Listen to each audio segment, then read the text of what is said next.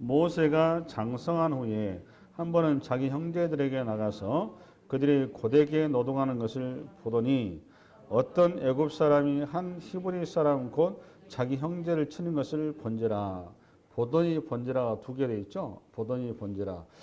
보다 이 말이 라란 단어인데 그 관심을 가지고 집중해서 봤다 그 말이에요. 흘끗해서 본 게 아니고 어느 날 갑자기 그냥 지나가다 이렇게 본 내용이 아니라 평소에 늘 마음에 두고 있었다 그 말이에요. 그러면 이 말 속에는 모세가 지금 자기 백성들에 대한 어떤 그 나름대로의 어떤 사명감, 미션을 가지고 있었다라는 것을 우리한테 얘기하고 싶은 건데 단어가 이제 무슨 단어가 중요한 건 잘 풀어야 되는가 하면 장성한 후에 이 단어예요. 장성한 후에 이 단어인데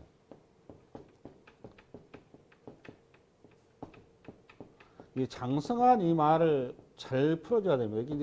이제 그 출애굽기 2장 후반부에서 이제 많이 우리 성도들이 오해하고 계시고 대부분의 이제 어쩌면은 이제 그 목회자들조차도 좀 오해하는 부분이 있어요. 이게 뭔가 하면 모세가 미숙해서 혈기 하나도 다스리지 못하고 사고 친 걸로 이렇게 이해들을 좀 많이 합니다.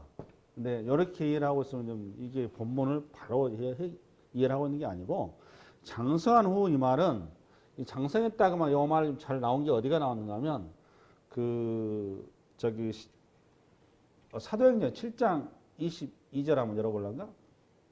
아니 PPT를 22절 없어? 23절 이렇게 했다. 시작. 나이가 40이 되매 그 형제 이스라엘 자손을 돌볼 생각이 나더니 지금 오늘 지금 저 본문이 지금 오늘 본문 출애굽기 2장 11절하고 똑같은 오버랩되는 본문이에요. 그러면 모세가 몇 살에 죽은 줄 아시나요? 모세 나이가 120세에 죽었죠. 신명기 34장 7절 한번 열어봐요. 신명기 앞에 읽어보시죠. 모세가 죽을 때 나이 120세였으나 그의 눈이 흐리지 아니하였고 기력이 시하지 아니하였더라. 유명한 본문이죠. 여러분 많이 예화를 들었던 눈이 흐리지 않고 기력이 시하지 않았다. 모세가 120세에 죽은 거죠. 120세에 죽었고 오늘 장성한 때는 나이가 몇 살인 거죠. 그러니까 오늘 사도행전 봐보니까 40세가 된 거죠.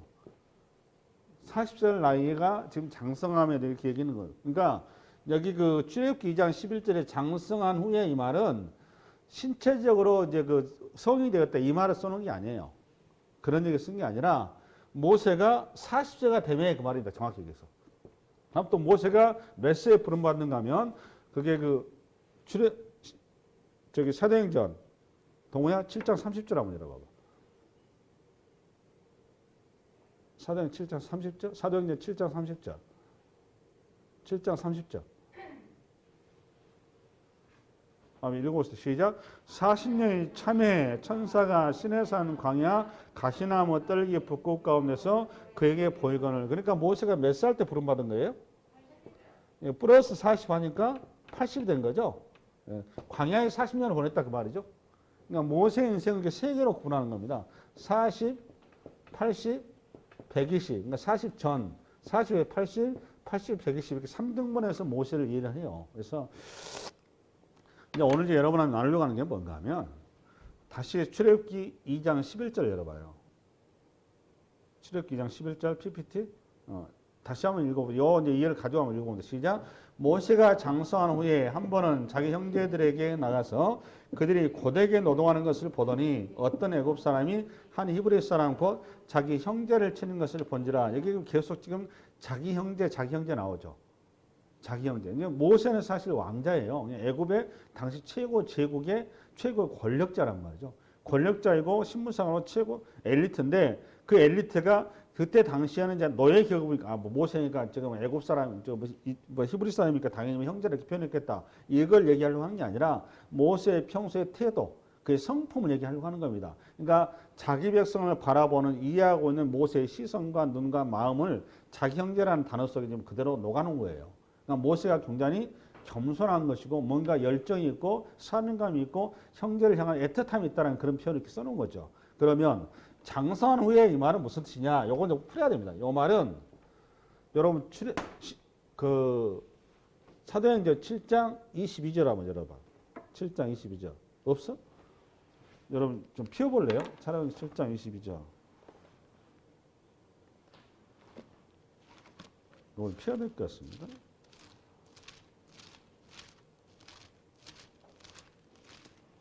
지금 모세에 관한 얘기가 잘 나와 있는 게 사도행전 7장의 스데반의 설교입니다. 스데반의 설교가 모세가 아주 잘 나와 있고, 그 다음에 히브리서 11장의 모세의 당시의 사건이 좀 잘 기록된 이 두 본문을 가지고 오늘 풀어야 됩니다. 이 본문을 7장 22절 폈죠. 우리 한번 읽어보겠습니다. 시작. 모세가 애굽 사람의 모든 지혜를 배워 그의 말과 하는 일들이 능하더라. 23절 시작. 나이가 40이 되매 그 형제 이스라엘 자손을 돌볼 생각이 나니까, 나이가 40대 모세가 장성했다고 그랬죠. 그 장성했다는 표현을 오늘 출애굽기 7장 22절에 뭐라고 되어 있어요? 다시 한번 시작. 모세가 애굽 사람의 모든 지혜를 배워 그의 말과 하는 일이 뭐하더라? 능하더라. 요거예요. 장성했다 그 말은 신체적으로 육체적으로 성장했다 얘기를 한 게 아니고 정신적으로 완숙한 자리에 이르렀다 그 말이에요. 그러니까 무슨 자기 감정 하나 컨트롤 못해서 이렇게 헷가다가 하는 이런 사람이 아니다 그 말입니다. 이게 중요한 거예요. 다시 한번 정리합니다. 모세가 장성한 사람이 되어 그 말은 모세가 애굽에서 학문과 지혜와 지식과 애굽의 철학과 애굽의 교육과 애굽의 수준 높은 그런 어떤 문화 속에서 모세가 40세가 되면 우리 공자도 그 얘기 하잖아요. 부록의 나이라고. 인생을 책임지는 나이라는 거 아니에요. 그 인생을 평가하는 나이다. 그러니까 인간으로서 가장 인생의 정점에 이르렀다 그 말이에요. 사람이 가지고 있는 지혜와 지식과 총명과 능력이 최고의 정점에 이르렀을 때 그 말을 장성한 후에 이 말이란 말이에요. 자기 감정 하나 컨트롤 못해서 사고친 그런 나이가 그런 얘기 한 게 아니라 이게 중요해요. 이게 굉장히 중요합니다. 이 컨셉이 들어가 있어야 오늘 본문을 바로 해석을 합니다, 여러분들이. 이해됐죠? 네, 그러면 다시 한번 들어갑니다. 그럼 사도행전 7장 22절부터 쭉 읽어나가 봅시다. 23절 시작. 나이가 40이 되매 그 형제 이스라엘 자손을 돌볼 생각이 나더니 한 사람이 원통한 일 당함을 보고 보호하여 압제받는 자를 위하여 원수를 갚아 애굽 사람을 쳐 죽이니라. 그는 그의 형제들이 하나님께서 자기 손을 통하여 구원해 주시는 것을 깨달으리라고 생각하였으나 그들이 깨닫지 못하였더라. 25절이 압권인 겁니다. 25절 다시 한번 읽어야 됩니다. 시작. 그는 그의 형제들이 하나님께서 자기의 손을 통하여 구원해 주시는 것을 깨달으리라고 생각하였으나 그들이 깨닫지 못하였더라. 지금 여기 그러니까 결국은 오늘 모세가 사고친 현장의 가장 대표적인 이유. 그러니까 왜 모세가 오늘 사고 쳤는데 좌절을 겪어야 되는지 두 가지를 지금 오늘 단서를 제공하는 게 오늘 사도행전이에요. 그럼 모세가 저를 좀 봐볼래요? 모세가 장성했다 그 말은 다시 한번 반복합니다. 그의 지략과 지혜와 능력과 사명감과 열정과 힘이 최고조로 있었고 가장 완숙한 자리에 있었는데, 그래서 하나님께서 주시는 그 사명감이 있었단 말이에요. 그렇죠? 이 사명감은 어떻게 모세가 터득했는가 하면, 모세는 어려서 어머니 품에, 친모의 품에서 자랐어요. 젖이 떼기까지, 그러니까 5살 정도까지는 어머니 품에 자라면서 히브리적인 사고, 히브리 신앙, 히브리의 마음, 하나님의 마음을 어머니로부터 고스란히 전수받은 자로, 비록 어렸지만 어머니로부터 철저하게 히브리인으로서 그의 DNA를 확실하게 새기게 해놨단 말이에요. 그리고 너는 장차 하나님께서 너를 쓰실 거야. 하나님은 너를 반드시 이 민족 가운데 하나님의 사람으로 너를 세워서 하나님의 뜻을 이루실 거야 라는 기가 따갑도록 이 엄마 품을 따랐음에도 불구하고 그 떠난 자리에서 하나님이 그에게 허락하셨던 그 미션, 꿈을 잃지 않도록 그 어머니는 철저하게 교육을 했단 말이에요. 이게 히브리 교육이죠. 여러분, 히브리 교육은 아이가 언어가 딱 떨어지는 순간에 뭐부터 가르치느냐? 하나님부터 가르쳤어요. 엄마 아빠를 가르친 게 아니에요. 하나님부터 가르쳤어요. 그 하나님의 말씀을 외우는 그때부터 시작을 했단 말이에요. 모세 오경을 유대인들은 달달달 외웁니다. 여러분, 우리 한국의 목사들보다도 유대인들이 훨씬 더 성경을 잘합니다. 어마어마하게 잘합니다. 뭐 이거 예화들하고 이거 구체적으로 얘기하려면 여러분도 깜짝 놀랍니다. 모세 오경에 관련된 주석서와 많은 책들이 있어요. 그것들을 우리 한국의 목사들도 훨씬 더 많이 알고 있고 외우고 이해를 하고 있는 사람들이 유대인들입니다. 유대인들은 철저하게 성경을 문자대로 이걸 해석하고 이해한 사람들이에요. 어려서부터 철저하게 말씀 중심의 교육이 되어 있는 사람이라. 이게 모세가 그렇게 교육을 받았다고요. 그러니까 모세 가운데가 무슨 교육이 철저히 뭐가 핵심이었겠습니까? 아브라함과 이삭과 야곱을 통해서 이스라엘 민족을 향한 하나님의 뜻, 하나님의 구원 계획, 하나님의 놀라운 약속들을 어머니 요셉의 품 안에서 들었다 안 들었다? 들어도 지가 따갑도록 들었다고요. 모세의 그 어린 나이에 나는 장차 택한 자로서 하나님의 언약 백성으로 이 뜻을 이루어야 되고 이 길을 가야 한다는 걸 몸에 뭐가 되도록 DNA가 각인되게 해버렸다고요. 그런 교육을 받았던 모세는 어린 나이에 엄마 품을 떠났지만 애굽의 그 화려한 문화와 지식과 화려한 지혜와 그 철학을 배웠었지만 그 어떤 것도 하나님의 그 교육을 뛰어넘을 수가 없었다고요. 그걸 뭘로 드러낸다고요, 여러분? 오늘 이 자리를 통해 드러낸다고. 그걸 단적으로 드러낸 모세의 고백이 뭐냐? 히브리서 11장이에요. 히브리서 11장. 펴봐요. 히브리서 11장. 읽어 나갑니다. 모세의 심정을 정하는 것이 시작. 믿음으로 모세는 장성하여. 장성하여 그 말이 몇 살이라고 여러분? 40세가 되어서 오늘 현장이란 말이에요. 장성하여 바로의 공주의 아들이라 칭함받기는 뭐하고? 거절하고. 이게 왜 가능했겠어요? 여러분 그 좋은 그 애굽의 제국의 그 화려한 자리, 그 기득권 자리를 기꺼이 뭐 한다고 여러분? 바람처럼 여겼다니까요. 거절했다고. 25절 시작. 도리어 하나님의 백성과 함께 고난받기를 잠시 죄악의 낙으로 누리는 것보다 더 좋아. 그러니까 애굽의 모든 자기의 삶, 그 화려함과 그 정말 그 안락함과 그 지위와 그 영광을 지금 뭘로 이해했다고요? 모세는 지금 죄악으로 이해를 했다고요.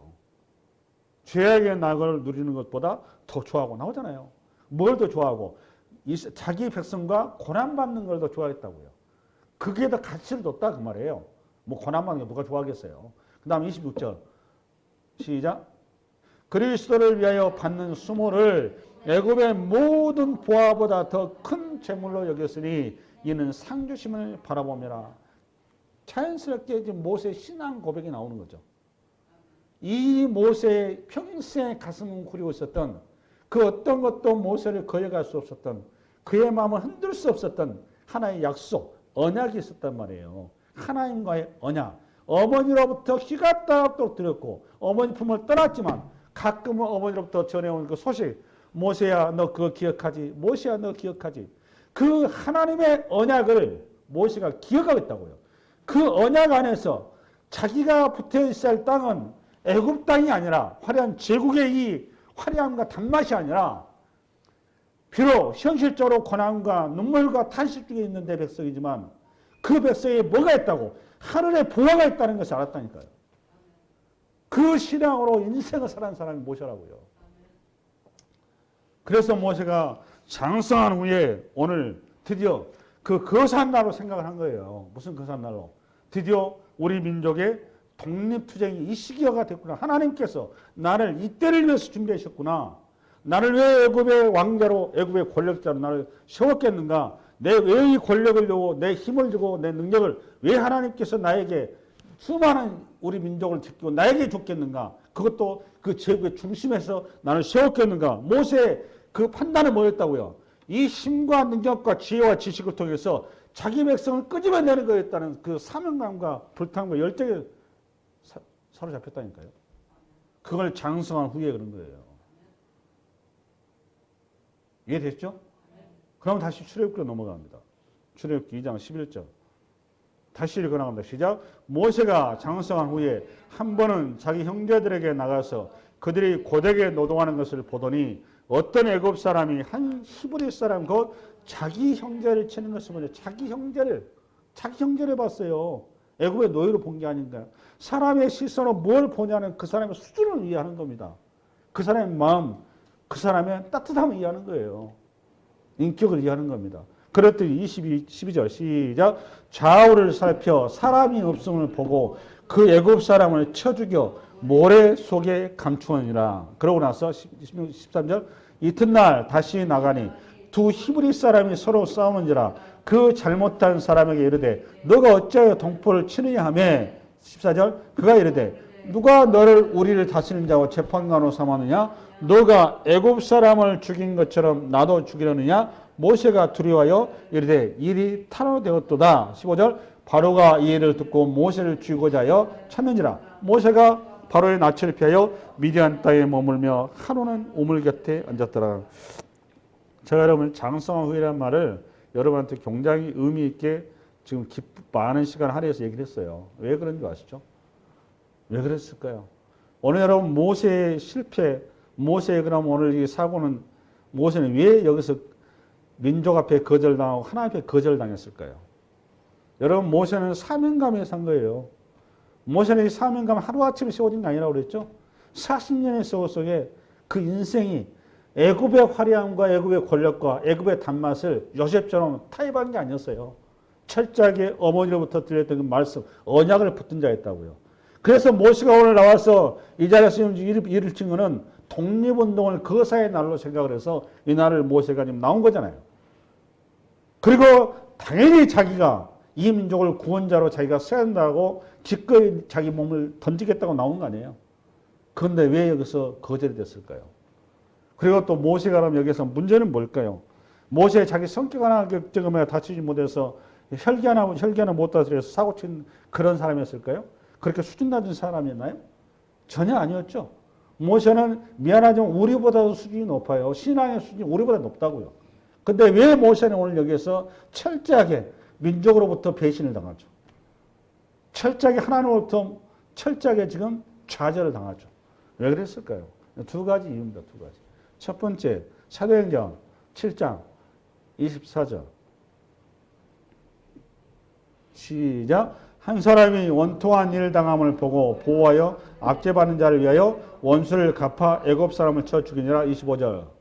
그는 그의 형제들이 하나님께서 자기의 손을 통하여 구원해 주시는 것을 깨달으리라고 생각하였으나 그들이 깨닫지 못하였더라. 이거예요. 첫 번째 원인. 25절. 그러니까 모세가 지금 착각을 했죠. 무슨 착각을 했나요? 이스라엘 백성들이 자기 동족이, 자기 형제들이 자기도 자기의 왕자의 자리를 내려놓고 형제의 자리로 내려가서 동일한 위치에 섰단 말이에요. 그래서 그 형제들의 아픔과 고통과 눈물의 자리로 기꺼이 내려갔단 말이에요. 내려갔죠. 내려가서 그 형제들에게 자기의 심정을 얘기한 거 아니에요. 너희들이 이제는 하나님께서 나를 보내시 나를 따르라는 거 아니에요. 근데 그 형제들이 구원자로 세워져 있던 모세를 알아봤나요? 못 알아봤나요? 전혀 몰라봤죠. 첫 번째 원인은 구원자를 이해하지 못하는 유대인들이다 그 말이에요. 이스라엘 백성들. 이스라엘 백성들은 자기 고통에는 관심이 많았는데 진정으로 필요해야 될 지 고통에서 구원해 줄 자를 그들이 알아봤어야 한다고요. 그 구원해 줄 자를 그들이 기도했어야 한다고요. 그 구원해 줄 자를 그들이 요청했어야 한다고요. 근데 전혀 그러질 않았던 거예요. 기대하지도 않았고 진정한 구원자신 하나님에 대한 이해도 없었단 말이에요. 단순한 자기 고통에 대한 호소였던 거지 이 고통으로 인해서 자기들에게 부여된 미션과 자기들이 궁극적으로 써야 될 자리가 무엇인지 전혀 관심이 없어요. 애굽이 그래도 좋거든요. 그래도 애굽에서는 고기가 있고 그래도 애굽은 문화가 있고 그래도 애굽은 놀만한 자리잖아요. 가뭄이 없는 자리 아니에요. 그 자리에서 자기들이 필요한 건 뭐냐? 이 당장에 지금 급한 이 아픔, 이 가시만 제거되면 끝나는 거예요. 그냥 구원자가 필요한 생각을 전혀 하고 있지 않는 거예요. 자기들이 이 땅을 떠나야 한다는 생각을 안 하고 있는 거예요. 자기들이 여기에서 어떻게 호요시갈 것인가 거기에만 관심이 있었다 그 말이에요. 근데 모세도 마찬가지예요. 모세도 전혀 자기가 구원자로서 준비를 했는데 진정한 준비는 안 돼 있는 거죠. 뭐가 안 됐을까요? 모세는. 모세의 가장 큰 실패가 뭘까요? 지금 여러분. 그게 포인트입니다. 모세가 자기의 사명감도 열정도 자기의 능력도 자기 지혜도 자기가 가지는 모든 학문도 다 갖췄단 말이에요. 다 갖췄는데 모세한테 뭐가 없는 거죠? 결정적인 게 그게 중요한 겁니다. 하나님의 명령이 없는 겁니다. 하나님께서 부르셔야 움직이는 거지. 하나님이 부르지 않는 칼은 하나님이 명령하지 않는 그 행위는 전부 다 사람 죽이는 일밖에 안 해요. 인간이 가지고 있는 지혜와 청명과 인간이 가지고 있는 모든 전략과 능력이라는 것은 살리는 것이 나올 수가 없는 겁니다. 여러분 세상의 지혜가 뭔데? 제국의 지혜 아니에요. 제국의 지혜가 뭡니까? 사람 죽이는 거 아니에요. 남의 거 빼앗는 거. 어떻게 하면 상대방을 제압을 해서 그것을 내가 가져올 것이냐. 그게 제국의 지혜 아니에요. 그게 애굽의 지혜 아닙니까? 그 애굽의 지혜를 지금 누가 가지고 있는 거예요? 모세가 가지고 있는 거예요. 그 애굽의 지혜를 가지고 이 하나님의 구원의 지혜를 이게 감당이 됩니까? 이해가 안 되죠. 하나님께서 여러분 우리의 사명감을 우리 쓰시지 않습니다. 우리의 열정을 쓰지 않으세요. 우리의 능력도 쓰지 않으세요. 하나님을 의지하는 법을 쓰십니다. 내가 가지고 있는 능력, 내가 가지고 있는 지혜, 내가 가지고 있는 어떤 그 스펙, 내가 가지고 있는 열정, 내가 가지고 있는 사명감을 그건 나를 의지하게 하는 방식인 거예요. 내 적극적인 사고방식, 그건 내 적극적인 태도, 그건 나를 의지하는 것이지 하나님 의지하게 하지 않는 겁니다. 하나님을 의지한다 그 말은 나의 것을 내려놓는다 그 말이에요. 내 지혜를, 내 방식을, 내 능력을, 내 태도를 내려놓고 내 논리와 지혜와 지식으로서 이해도 가지도 않고 상상도 되지 않고 도대체 합당하지 않음에도 불구하고 하나님께서 말씀하신 것이라면 그것이 하나님의 지혜고 그게 옳습니다. 하나님이 말씀하시기 때문에 옳습니다. 라는 태도로서 나가는 거예요. 그게 하나님의 지혜입니다. 그러니까 여기서 모세의 결정적인 실수는 뭐냐? 자기가 설치고 나간 거예요. 쉽게 해서.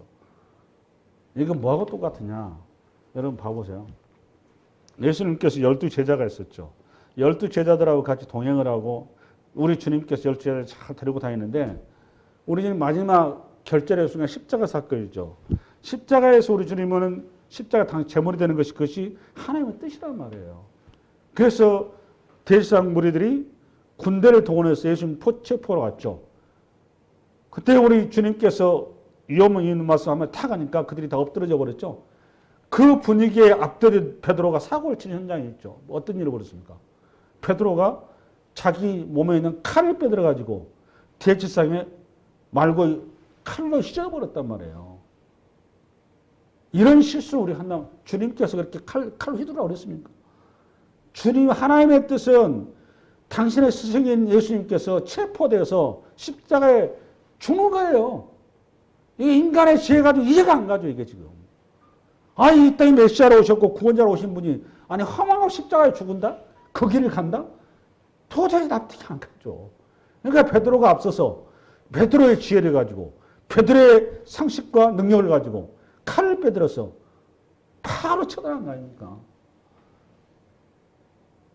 그렇다면 여러분 우리의 모든 지혜와 능력과 우리의 모든 지식과 우리의 모든 칼이 철저하게 그것이 능력 있는 지혜가 되고 능력 있는 사명이 되고 능력 있는 은혜가 되려면 뭘로 받게 되느냐? 하나님의 다스림 속에 들어와야 돼요. 뭐에 들어와야 된다? 뭐에 들어와야 된다? 하나님의 다스림에 들어와야 됩니다. 하나님의 다스림이 돼야지 이게 우리의 우리의 능력도 우리의 지혜도 우리의 모든 칼도 우리의 모든 사고도 뭐에 들어야 된다? 다스림. 요걸 어떤 다스림이냐? 하나님의 사랑의 다스림이죠. 하나님의 사랑의 다스림이 뭐여야 되느냐? 이걸 이제 팔복에서 말하면 이걸 온유 그러는 거예요. 뭐라고 했어요, 제가? 온유. 그러면 온유가 뭐냐? 마태복음 5장 5절 PPT. 잘 잡으셔야 됩니다. 시작. 온유한 자는 복이 있나니 그들이 땅을 기업으로 받을 것이며 여기 온유한 자는 복이 있나니 설교 이미 했죠. 여러분 기억나시나요? 온유한 단어가 언어는 뭐 이해 기억 못 하시겠죠. 프라우스. 제가 이거 프라우스라는 단어를 설명을 굉장히 깊이 했어요. 요거 애화까지 들었어요. 무슨 애화를 들었었죠? 온유가 뭐라고 그랬죠, 여러분? 온유는 길들여진 거. 뭐라고 그랬어요, 지금? 길들여진 거. 이게 뭔 소리인가 하면 선천적인 게 아니고 후천적인 거다 그랬어요. 기억나시나요? 선천적인 온유가 아니라 후천적인. 여기 땅을 기업, 여기 땅이 제가 부동산을 얘기한다고 그러지 않았습니다. 이 땅이 뭐라고 했어요, 제가 그때 당시에? 하나님의 나라라고요. 하나님의 나라에 합당한 자, 하나님의 나라에 들어갈 자는 온유한 자가 복이다. 온유해야 되는데 그 온유가 뭐다? 하나님의 성령에 의해서 내가 컨트롤 되어진 자 그 말입니다. 그걸 온유 그러는 거예요. 그래서 모세가 앞으로 후반부 가면은 오늘 봄 후반부 가면은 온유한 자로 그가 다시 세워져 가는 자로 넘어가죠. 그 자리가 어디예요, 여러분? 광야의 학교예요, 광야 학교.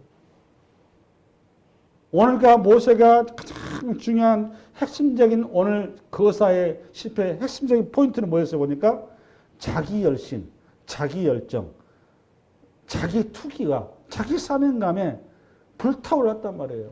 여러분, 사명감도 좋고 열정도 좋고 무슨 뭐 자기 열심도 다 좋아요. 적절히 사고방식 다 좋은데 그 모든 우리의 열정과 사명감과 우리의 어떤 그 능력이 반드시 뭐에 붙들려야 된다? 하나님의 손에 붙들리지 않으면 요거는 자기 의가 된단 말이에요. 이걸 교만 그러는 거예요. 교만. 자기 의에 붙들리면은 모세가 우리가 의지했던 거는 하나님 의지였습니까? 자기 의지였습니까? 자기를 의지한 거죠.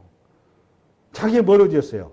자기 학식을 의지하고 자기의 지식을 의지하고 자기의 사명감, 열정을 의지하고 자기가 애굽 땅에서 그동안 갈고 닦았던 실력을 의지했단 말이에요. 그 실력을 가지고 자신의 백성들을 구할 것이라고 자신만만하게 갔더니 그래서 그는 하늘을 보지 않고 어디를 봤죠? 좌우를 살핀 거예요. 좌우를. 좌우를 살폈다가 하면 현실을 봤다 그 말이에요. 이성적으로, 실질적으로, 지극히 상식적으로 봤다 그 말이에요. 네, 여러분. 인간이 가지고 있는 지혜와 지식과 상식과 현실은 그 열매는 뭐냐? 사망이라니까요. 인간이 가지고 있는 최고의 열매는 뭐냐? 그 죽음이에요. 이 땅에 관한 지식이 그 어떤 것도 여러분, 우리 현대사를 살아가는 우리가 지식사회를 살아갑니다만 학교에서 배우는 게 효율적이고 능력 있고 저기 뭐야 그 지식이 청명하고 이 모든 것들의 정점이 뭐예요? 상대방을 제압하는 겁니다. 죽이는 거예요, 죽이는 거. 그래서 내가 서는 거. 그게 세상에 가는 지혜란 말이에요. 그런데 하나님의 나라의 지혜는 우리는 그리스도인들은 뭘 있느냐? 우리가 살리기 위해서 있단 말이에요. 저와 여러분은 뭘 위해서 있다 여러분? 살리기. 우리는 살리기를 가기 위해서는 내가 있는 것, 내가 소유한 것, 내가 가진 것, 내 열정, 내 어떤 지혜, 지식을 가지고는 열매는 죽음인데 살리기를 가기 위해서 뭐냐? 하나님 앞에 타설했나니까. 하나님의 지혜가 살리는 거예요. 하나님의 지식이 살리는 거예요. 하나님이 주신 것만이 유일하게 살리는 거라고요. 그 방식이 누구였어요, 여러분? 예수님의 방식이에요. 십자가의 방식. 그러니까 오늘 누구예요? 오늘 누구지? 오늘 모세는 결국 하나님의 사명자로 제대로 된 사명자로 제대로 된 열정자로 제대로 된 능력자로 세워져 가는 길, 그 광야학교의 길로 하나님께서 인도하시는 겁니다. 그 길이 다음 본문이라고 말해요. 할렐루야? 우리 한번 읽어나갑니다. 다음 본문. 그 다음 16절 시작. 미디안 제사장에게 7달이 있었더니 그들이 와서 물을 길어 구유에 채우고 그들의 아버지의 양떼에게 먹이려 하는데 목자들이 와서 그들을 쫓는지라 모세가 일어나 그들을 도와 그 양떼에게 먹이니라. 그 다음에 그들이 그들의 아버지 누엘에게 이를 때 아버지가 이르되 너희가 오늘은 어찌하여 이같이 속히 돌아오느냐? 그들이 이르되 한 애굽 사람이 우리를 목자들의 손에서 건져내고 우리를 위하여 물을 길어 양떼에게 먹였나이다. 그러니까 그때나 지금이나 모세는 여전히 똑같죠. 구원자로 서는데 항상 이렇게 구원자로 서는데 오늘 이 표현 방식이 뭐가 하니까 애굽인이라고 모세를 그렇죠? 모세는 뭘로 표현했어요? 애굽을 히브리인이라고 쓰지 않았어요. 그러면 누가 봤을 때 애굽인인 건데 보니까 저를 보세요. 지금 시간이 없어서 제가 여기 안 하려고 잠깐 얘기하는데 십보라와 그 딸들의 눈에는 모세가 지금 히브리인으로 보였습니까? 애굽인으로 보였습니까? 애굽인. 지금 오늘 본문에서 뭘 얘기하려고 하는 거죠? 모세가 애굽의 실력자다 그 말이에요. 이해됐습니까? 애굽의 가치, 애굽의 인생이다 그 말이에요. 그 실력과 가치의 인생은 오늘 본문에 내가 소대에 뭐라고 했어요? 죽이는 일밖에 하는 게 없다고요. 그런데 하나님께서는 우리 성도로 이 땅에 부른 우리를 애굽인 같은 우리를 하나님 나라의 백성으로 불렀다니까요. 하나님 나라의 백성이 왜 하나님 나라의 백성으로 부른다? 우리는 살아있는 살리는 자로 우리를 세우기 위해서 그런 거라고요. 할렐루야. 그래서 그가 오늘 물을 길어 양떼를 먹였나이다. 그 다음 20절 아버지가 딸들에게 이르되 그 사람이 어디에 있느냐? 너희가 어찌하여 그 사람을 버려두고 왔느냐? 그를 통하여 음식을 대접하였더라. 모세가 그와 동거하기를 기뻐하며 그가 그의 딸 십보라를 모세에게 주었더니 그가 아들을 낳으며 모세가 그의 이름을 게르소름이라 하여 이르되 내가 타국에서 나그네가 되었음이라 했더라. 이게 이제 핵심입니다. 22절에. 그래서 이제 모세가 광야에 지금 사우디아라비아, 저게 지금 사우디아라비아입니다. 미디안은. 참고로 얘가 골로 갔느냐? 이 배경을 얘기하자면 미디안하고 애굽하고는 적대 관계예요. 그러니까 이제 모세가 자기가 살기 위해서 적국으로 지금 간 거예요. 그리고 여기가 어디라고 그랬죠? 제가 지금 좀 전에 어디라고? 사우디아라비아. 사우디아라비아까지 지금 도망을 간 건데 여기에서 지금 모세가 심정이 잘 나오죠? 모세가 거기 가가지고 누굴 낳았어요? 게르솜. 게르솜 낳은 이름이 뭐예요? 뭐가 됐다고? 나그네가 되었습니다. 이게 포인트입니다. 포인트. 나그네가 되었습니다. 그러니까 모세가 지금 다 잃어버렸다 그 말이죠. 이거를 사도행전 7장 30절 한번 펴봐요. 7장 30절 시작. 40년이 참에 천사가 시내산 광야에 가시적이 불꽃 가운데 일어나면 28절. 28절 시작. 너가 어제는 애굽 사람을 죽임과 같이 또 나를 죽이려 하느냐 하나니 29절. 모세가 이 말 때문에 도주하여 미디안 땅에서 나그네가 되어 거기서 아들 둘을 낳으니라. 이거 나오죠? 그러니까 이것도 똑같이 나오죠? 사도행전은 그러니까 결국은 포인트가 뭐예요? 지금 보니까. 나그네입니다. 나그네. 그러니까 모세의 인생의 중반부는 뭐다? 나그네 인생이다. 그 말이에요. 나그네 인생. 이게 광야학교에서 모세의 인생을 한마디로 얘기하면 나그네 인생. 그러니까 나그네다 그 말은 의지할 것이 없다 그 말이죠. 풀 한 포기, 뭐 한 포기, 어떤 것도 자기에게 힘이 되어주지 못하는 것. 그래서 모세가 여기에서는 철저하게 자기의 비움의 영성으로 들어가는 거죠. 광야만큼 자기를 비우기에 좋은 데가 또 어디 있겠어요? 그렇잖아요. 광야만큼 나를 돌아보고, 광야는 옆을 쳐다보고 주변을 쳐다봐야 답이 안 나와요. 그래서 광야에 들어가게 되면 옆을 쳐다보는 게 아니라 이제 어디만 쳐다보게 돼 있어요? 네? 저를 보세요. 광야에 들어가게 되면 이스라엘 백성이 40년간 광야를 갔죠. 광야에 이스라엘 백성 간 이유가 이제 답이 나왔죠. 오늘 보니까 모세의 길이 누구의 길이라고? 유대인 이스라엘 백성들의 길이라니까. 이스라엘 백성들의 길과 동시에 또 누구의 길이라고? 우리의 길이에요. 여러분 예수 믿으면 뭐 만사 형통하고 무슨 뭐 사회 번쩍해서 대박 나고 이런 헛소리도 했었는데 자꾸 그런 얘기 자꾸 좋아하지 마세요. 예수 믿게 되면 이따의 것에 대해서 거절하는 것부터 하나님께 배우는 겁니다. 그게 정상인 거예요. 왜 그래야 되느냐? 우리는 살리는 자가 돼야 돼서 그렇습니다. 모세의 길이 누구의 길이라고? 우리의 길이라니까요. 이게 장차 누구의 길이 된다는 거지, 모세의 길이. 자신들의 끌고 낸 이스라엘 백성들의 길이 이 길이다 그 말이에요, 지금. 그걸 샘플로 보여주는 거예요. 바로 그 길로 들어가잖아요, 지금 출애굽기가. 맞아요, 틀려요? 그러니까 광야에서 지금 모세가 들어왔다 그 말은 모세가 하라고 주변의 것을 포기하라 그 말입니다. 포기하면은 그럼 어디를 봐야 돼? 아까는 좌우를 살폈지만 이제 어디를 살펴야 돼? 위아래를 살피는 거예요. 그 광야에서 있으면은 아무것도 나올 게 없으니까 하늘만 쳐다보는 겁니다. 그게 여러분 저거 적과 꿀이는 땅이란 말이에요. 그 말이란 말이에요. 하늘만 쳐다보는 땅이라고 그게. 그러니까 우리가 하나님 앞에 백성이 된다 그 말하면 하나님을 의지하는 걸 배운다 그 말이에요. 정확히 얘기하자면. 철저하게 이제 내가 의지했던 지식, 내가 의지했던 사명감, 내가 의지했던 열정, 내가 가지고 있던 그 애굽의 모든 그 학문과 지식과 철학 이거 전부 다 내려놓는 자리로 가는 자리가 이 광야 학교라니까요. 왜? 그 모든 건 나를 의지하게 해서 내가 그 실력으로 내가 할 줄 알았는데 모세가 그렇게 아주 철저했단 말이에요. 내가 때가 되면 반드시 내 백성을 이루리라. 안 해요. 그건 하나님의 때가 아닌 거예요. 하나님의 때는 언제라고 여러분? 나는 온데간데 없고 내가 의지할 수 없는 그 나무 지팡이, 하나님이신 나무 지팡이 의지할 때 그때가 하나님의 때인 거예요. 그때가. 하나님이신 지팡이가 내 진정한 의지가 될 때 모든 사람이 볼 때는 마른 막대기에 불과하지만 하나님이 주신 그 막대기가 능력의 막대기가 되고 지혜의 막대기가 되고 살리는 막대기가 되고 구원의 막대기가 된다니까. 그 자리까지 하나님께서 몰아넣는 겁니다. 몰아넣는 거. 그게 어디라고 여러분? 광야 학교라고요. 광야 학교. 할렐루야. 그래서 이제는 하나님 앞에 철저하게 하나님을 의지하는 법을 배운단 말이에요. 그래서 그거를 결론적으로 모세가 민수기 12장 3절에 이렇게 나오잖아요. 민수기 12장 3절 PPT를 봐보세요. 시작. 이 사람 모세는 온유함이 지면의 모든 사람보다 더하더라. 이게 결론입니다. 이게. 모세가 광야학교 나그네가 된 40년의 세월 동안 모세가 어떻게 바뀌었다는 거죠. 이제 보니까 사명감이 투철하다, 열정이 투철하다, 무슨 지혜가 투철하다 이게 아니에요. 뭐 어떤 사람으로? 온유한 자로 바뀐 겁니다. 온유한 자로. 그래서 하나님의 다스림 앞에 들어온 겁니다.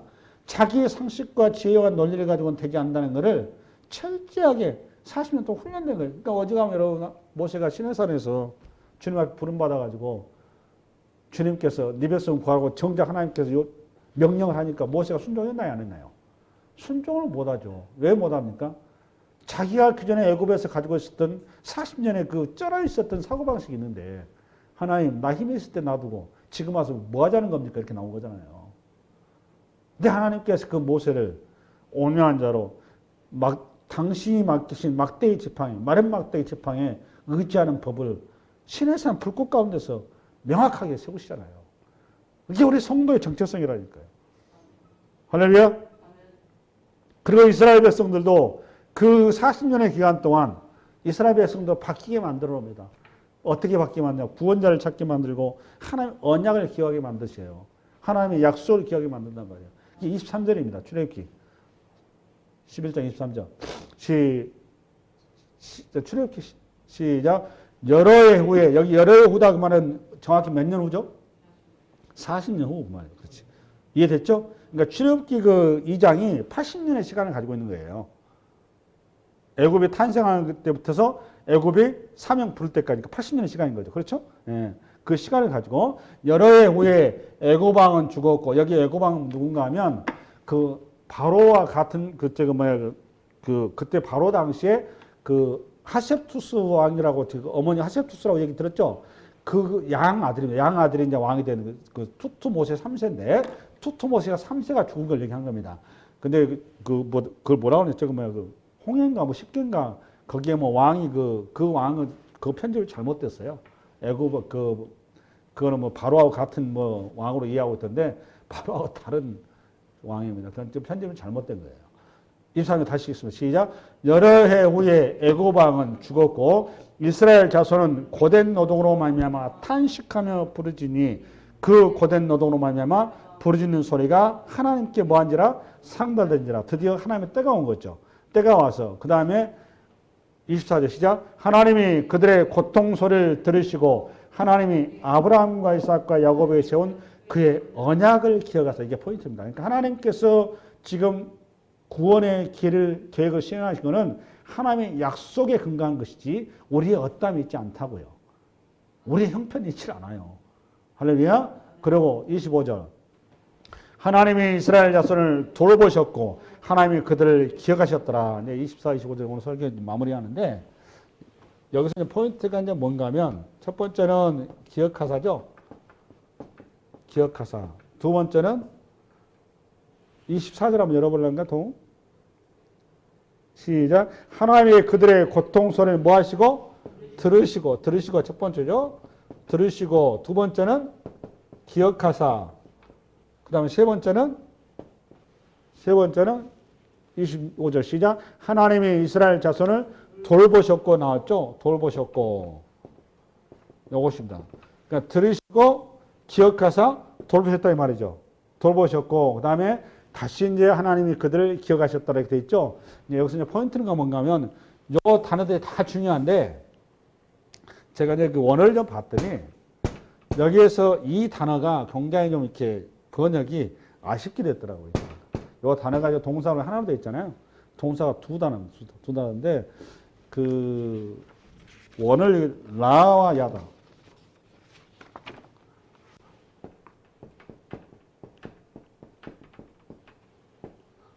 수입에 때 한번 야다라는 단어를 했는데 요거는 주목하다 그 말이고 요거는 알다 돌보다 이런 뜻이에요. 근데 여기서 라는 뭐 주목하다 그 말은 뭐 요 단어를 갖다가 돌보셨고 이렇게 탄단으로 해석을 해놨어요. 그런데 여기서 뭔가 하면 여기 저를 봐보세요. 여기 포인트 요거면 돼요.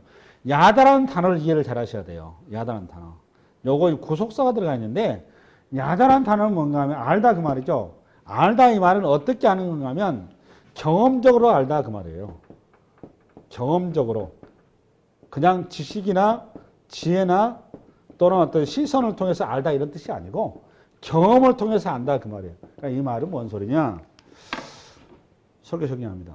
오늘 주님께서 지금 이스라엘 백성들의 고통 소리를 들으시고 보시고 그걸 기억하셨는데 우리 주님께서 하늘 보좌에서 이스라엘 백성들의 고통당하는 애굽의 자리에 그냥 멀리 떨어져 있어서 보고 계시고 들으시고 기억하시고 언약하신 게 아니라 지금 하늘 보좌를 내려놓으시고 인카네이션에서 이스라엘 백성들의 애굽의 그 고난의 자리에 동참했다 그 말이라고요. 이게 중요한 거예요. 그 고통과 눈물과 탄식과 한숨을 같이 했다 그 말이라니까요. 누가? 우리 주님께서 인카네이션 하셔서 지금 애굽의 그 80년 동안의 이 눈물과 탄식과 고통에 같이 울고 같이 당하고 같이 매맞고 같이 채찍질 당했다고요. 이게 기독교의 정수거든요. 이 현장이 여러분 어디에 그대로 잘 드러납니까? 십자가네요. 엘렐리라마 사막다니 아버지 어찌 나를 버리셨나이까. 우리 주님이 친히 경험하신 자리 아니에요. 우리의 고통을.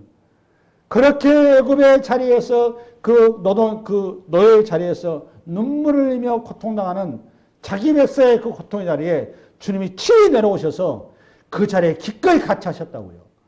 그래서 그들의 눈물을 닦으시고 그들의 통곡의 소리를 들으시고 그들의 아픔을 같이 하셨다고요. 그걸 돌보시고 이렇게 써놓은 거예요. 할렐루야. 여러분 이 한 주간 우리 주님은 여러분 우리를 광야학교에 내팽개치지 않으세요. 광야학교에서 우리의 눈물과 탄식과 모든 고통을 그분이 같이 하고 계신다는 걸 기억하십시오. 여러분의 현장의 삶의 자리에서 그 눈물의 자리, 통곡의 자리에 있으시나요?